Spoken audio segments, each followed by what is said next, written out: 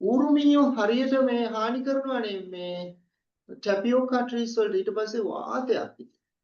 එක දවසක් මං උරුමියෙකුට පන්නලා ටික දුරක් ගියන් පස්සේ උරුමියා මට පෙන්නුවානේ ආපහු. ඒ ඇයි එහෙම වෙන්නේ? වා හිතනවාද උරුමියෙකුට මං පන්නපුවම උරුමියා මට පන්නන එකේ සයිකොලොජිකල් ඉන්සයිඩ් ස්ටෝරි මනෝවිද්‍යාත්මක ඇතුලේ කතාව මොකද්ද? එයා මුලින් දුවන්නේ බයට. බයේ උපරිමේ තමයි වීරකම.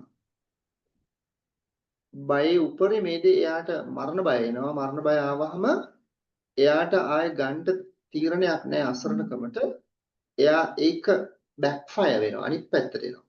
ඒකනේ බල්ලෙකුට උනත් අපි ගැහුවොත් එයා බයට යනවා උපරිම ආරක්ෂිත තැනකට.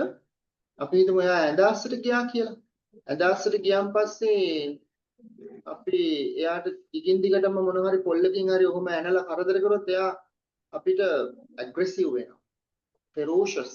හරි සරපරුස වෙලා දත් විලිස්සලා අපිට ඇටැක් කරන්න ලෑස්ති. දැන් දකුණේ මිනිස්සු ලංකාවේ අනිත් අයට සාපේක්ෂව ටිකක් ඇග්‍රෙසිව් වගේම ජව සම්පන්නයි වගේම very brave කියනවනේ නිර්භීතයි කියනවනේ ඇයි අපිට නිතරම ඇටැක්ස් ආවේ සවුත් ඉන්දියාවලින් දකුණු ඉන්දියාවෙන් ඇටැක් කරේ උතුරෙන් අපි විද්‍රෝ වෙනවා අනුරාධපුරේට ඊට පස්සේ පොළොන්නරුවට විද්‍රෝ වෙන්නේ ඇයි අපිට උතුර ආරක්ෂා කරගන්න බැරි හින්දා මොකද එහි සේනාව වැඩි ඊට පස්සේ අපි පිටිපස්සට ගිහිල්ලා අපි අන්තිමේට දකුණේ නවතිනවා දකුණෙන් එහාට අපිට යන්න තැනක් නැහැ ඇයි දකුණෙන් එහා පැත්තට තියෙන මූද හරියට අර සුනකයා ඇඳාස්සට හිර වුණා වගේ ඊට පස්සේ එයාට උපරිම ජවයක් එනවා ඒ ජවය දකුණේ මිනිස්සුගේ බ්ලඩ් වල තියෙනවා දැන් අපි හිතමු ඉන්දියාව තිබුණේ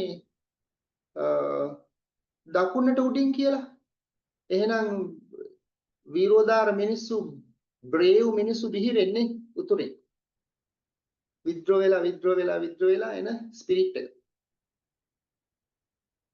psychological මනෝවිද්‍යාත්මකයි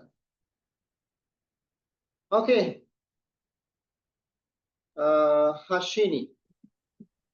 Hashini where do you live I'm from Matara.